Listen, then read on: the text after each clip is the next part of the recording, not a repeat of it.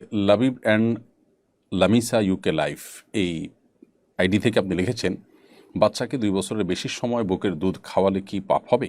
না খাওয়ালে কান্নাকাটি করে এবং সিন ক্রিয়েট করে। বাচ্চাকে 2 বছর আমরা দুধ পান করাতে পারবো, আমাদের মায়েরা দুধ পান করাতে পারবেন। বুকের দুধ 2 বছরের বেশি যদি পান করানো হয় তাহলে সেক্ষেত্রে সেটা গুনাহ হবে, এটা জায়েজ হবে না। এটাই হলো হানাফি উলামা ইকরামের ফতোয়া এবং এটি অধিকতর বিশুদ্ধতর মত। কারণ আল্লাহ রাব্বুল আলামিন বলেছেন, ওয়াল ওয়ালিদাতু ইউরদি'না আওলাদাহুন্না হাওলাইনি কামিলাইনি লিমান আরাদা আন ইউতিম্মার রাদাআ। যে চায় যে তার সন্তানকে দুধ পান করানোর যে সময় আছে এই সময়সীমাটাকে পরিপূর্ণ ইউজ করবে, সে 2 বছর দুধ পান করাতে পারবে। অর্থাৎ সেই মা তার সন্তানকে 2 বছর দুধ পান করাতে পারবেন যিনি তার সন্তানকে দুধ পান করানোর পরিপূর্ণ সময়টাতেই দুধ পান করাতে চান। এই আয়াত থেকে করে পরিষ্কার বোঝা যায় যে দুধ পান করার পরিপূর্ণ টাইম হলো 2 বছর, এরপর আর তিনি দুধ পান করাতে পারবেন না। বাচ্চাদের কান্নাকাটির যে ব্যাপারটি আছে সেটিকে নিয়ন্ত্রণ করবার জন্য আগে থেকে, অর্থাৎ 2 বছরের আগে থেকেই নানাভাবে বাচ্চাদেরকে দুধ পান করানো থেকে দুধ ছাড়াতে হবে। এবং সেটার জন্য মায়েদের যে সমস্ত পলিসিগুলো আছে সেই পলিসিগুলো তারা অ্যাপ্লাই করবেন, অবলম্বন করবেন। ধরুন 2 মাস বা 3 মাস আগে থেকে যদি আপনি শুরু করেন তাহলে সেক্ষেত্রে 2 বছরে এসে সেটাকে কন্ট্রোল করা কঠিন কোনো কাজ নয়। আর এর বাইরে হাম্বলি উলামা ইকরামের ফতোয়া রয়েছে এখানে ভিন্নতর। তারা মনে করেন যে 2 বছরের পরেও যতদিন ইচ্ছা ততদিন মা বাচ্চাকে দুধ খাওয়াতে পারেন, যতদিন ইচ্ছা ততদিনের কথা তারা বলেন, এমনকি বড় হওয়ার পরও দুধ পান করাতে পারবেন, এমন একটি মত হাম্বলি উলামা ইকরামের রয়েছে। সৌদি আরবের বর্তমান উলামা ইকরাম তারা এই মতটি পোষণ করে থাকেন। কিন্তু প্রথম উক্ত মত যেটি হানাফি উলামা ইকরামের মত, সেটি অধিকতর দলীয় দিক থেকে বিশুদ্ধ এবং শক্তিশালী। অতএব 2 বছরের মধ্যে বাচ্চাকে দুধ পান করানো শেষ করতে হবে। নবী সাল্লাল্লাহু আলাইহি ওয়াসাল্লাম হাদিসে রয়েছে, লা রাদা ইল্লা ফি হাওলাইন, 2 বছরের পর কোনো দুধ পান করানো চলবে না। তো এই সমস্ত আয়াত এবং হাদিসের আলোকেই 2 বছরের মধ্যেই দুধ পান করানো সমাপ্ত করতে হবে। এর পরের প্রশ্নটি হলো, হারাম অর্থ বাইরের মানে ব্যয় করেছি, গুনাহ থেকে বাঁচতে কি করতে হবে? হারাম অর্থ বলতে যদি আপনি অন্যের অধিকার, অন্যের টাকা আত্মসাৎ করে বাড়ি নির্মাণে ব্যয় করে থাকেন তাহলে সেক্ষেত্রে এর পুরাটুকুই, অর্থাৎ অন্যের যে টাকা আত্মসাৎ করে বাড়ি করেছেন ওই পুরা টাকাটা সেই ব্যক্তিকে পরিশোধ করতে হবে। আর যদি অন্যের টাকা না হয়, এটা হারামটা হয় আল্লাহর কোনো নির্দেশগত কারণে। ধরুন আপনি এমন কিছু করে উপার্জন করেছেন যেটা আসলে আল্লাহর হক সংশ্লিষ্ট নয়, বান্দার হক সংশ্লিষ্ট হারাম। বান্দার হক সংশ্লিষ্ট হারাম যেমন আপনি শুকরের গোশত বিক্রি করেছেন, সে ফর এক্সাম্পল, আপনি এমন কিছু করেছেন, মাদক বিক্রি করেছেন, সেখান থেকে যে টাকা পেয়েছেন সেটাতে আপনি বাড়ি নির্মাণ করেছেন। তো এই ক্ষেত্রে যেটা হবে যে টাকা আপনি উপার্জন করেছেন হারামভাবে, সেই পরিমাণ টাকা আল্লাহ রাস্তায় আপনি দান করে দিবেন এবং কোনো সওয়াবের নিয়ত করবেন না। বিশেষ করে যখন বান্দার হক সংশ্লিষ্ট বিষয় হবে তখন ওই বান্দাকে যার হক নষ্ট করেছেন তার কাছেই ফেরত দিতে হবে, না হলে তার পক্ষ থেকে আপনি আদায় করে দিবেন, দান করে দিবেন অন্য কোনো গরিব দুঃখী মানুষকে।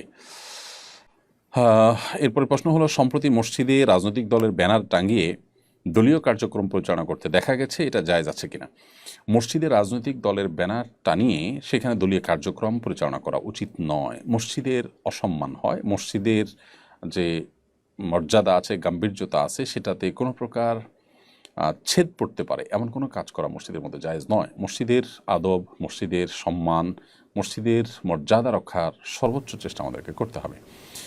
ইসলামিক রাজনীতিও যদি হয়, সেটা যেহেতু একটা দলীয় রাজনীতি, ইসলামিক রাজনীতির নানা রকমের রূপরেখা আছে। আপনি এক রকমের রাজনীতি করেন, আরেকজন আরেক রকম রাজনীতি করেন, এবং এগুলো নিয়ে ভিন্ন মত আছে। এগুলো যদি মসজিদে আলাদা ব্যানার টাঙিয়ে বা এগুলো কোনোভাবে যদি এইসব কার্যক্রম মসজিদে করা হয় তাহলে সেক্ষেত্রে পাল্টাপাল্টি হওয়ার সমূহ আশঙ্কা আছে, যার ফলশ্রুতিতে মসজিদের যে মর্যাদা সেটা ক্ষুণ্ণ হবে।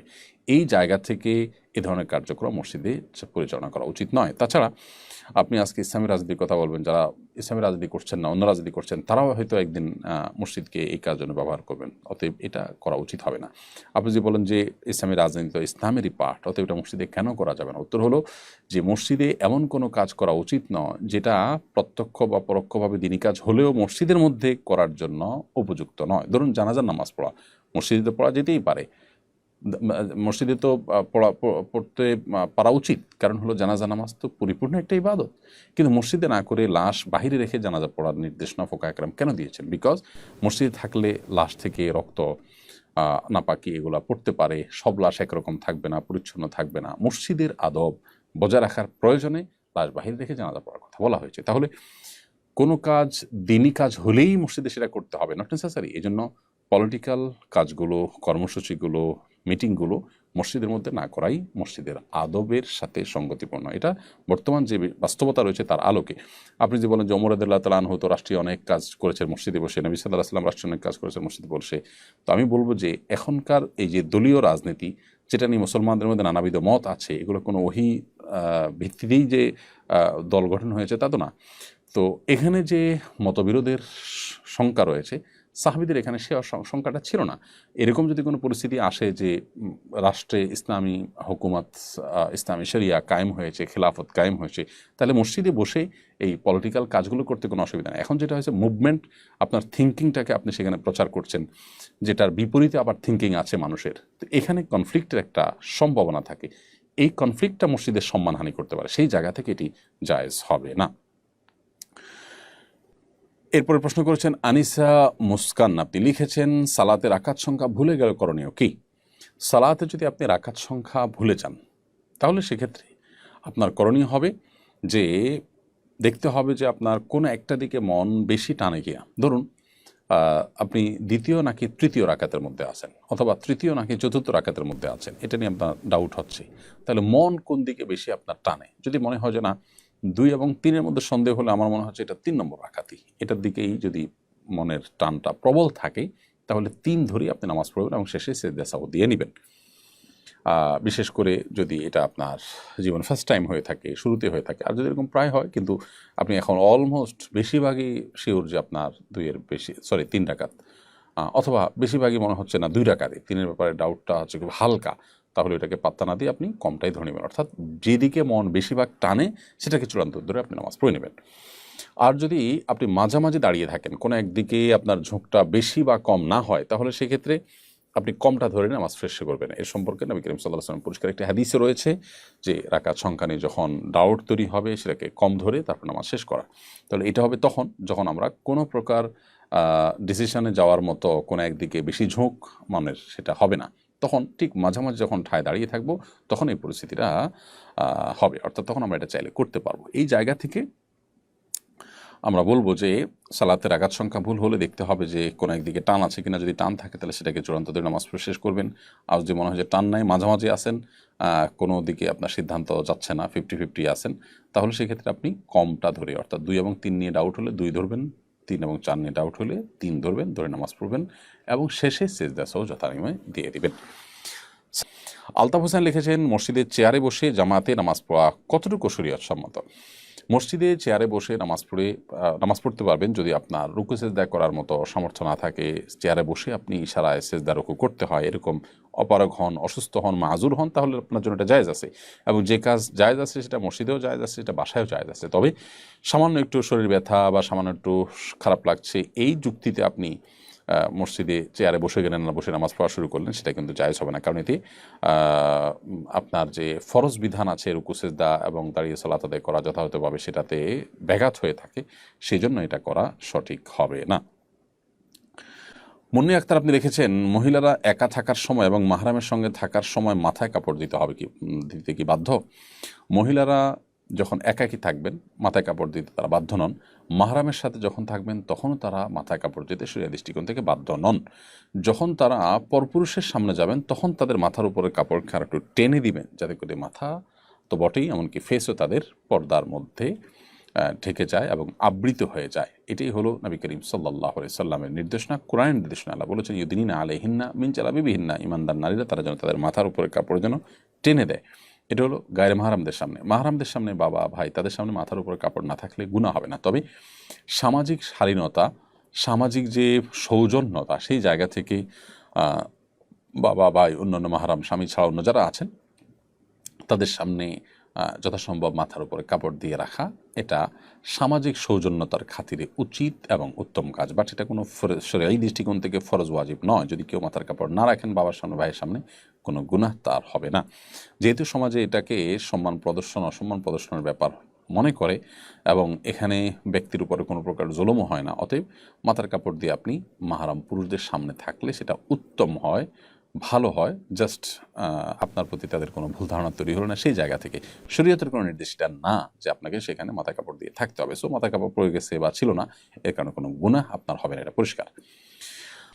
এমনি শফিকুল বাহার আপনি লিখেছেন সিজদাতে চোখ খোলা নাকি বন্ধ রাখতে হয়, সিজদাতে চোখ খোলা রাখবেন নাকি বন্ধ রাখবেন? উত্তর হলো সিজদা এবং পুরো নামাজ জুড়েই চোখ স্বাভাবিকভাবে রাখাটাই হলো সুন্নাহ।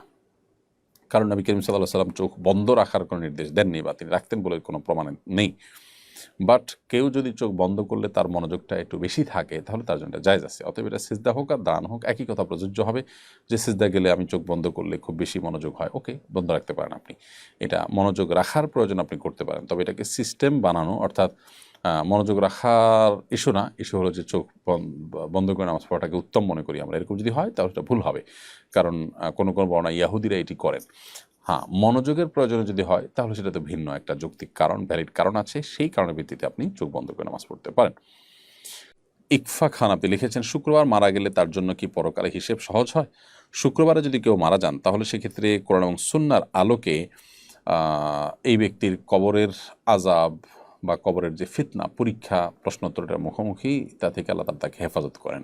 এটা তো আসলে কারোর হাতে না যে কে কোন দিন মারা যাবেন, কিন্তু এই সৌভাগ্য যদি কারোর অর্জন হয় তাহলে কবরের ফিতনা থেকে আল্লাহ তাআলা সাধারণত এরকম ব্যক্তিকে হেফাজতে রাখেন।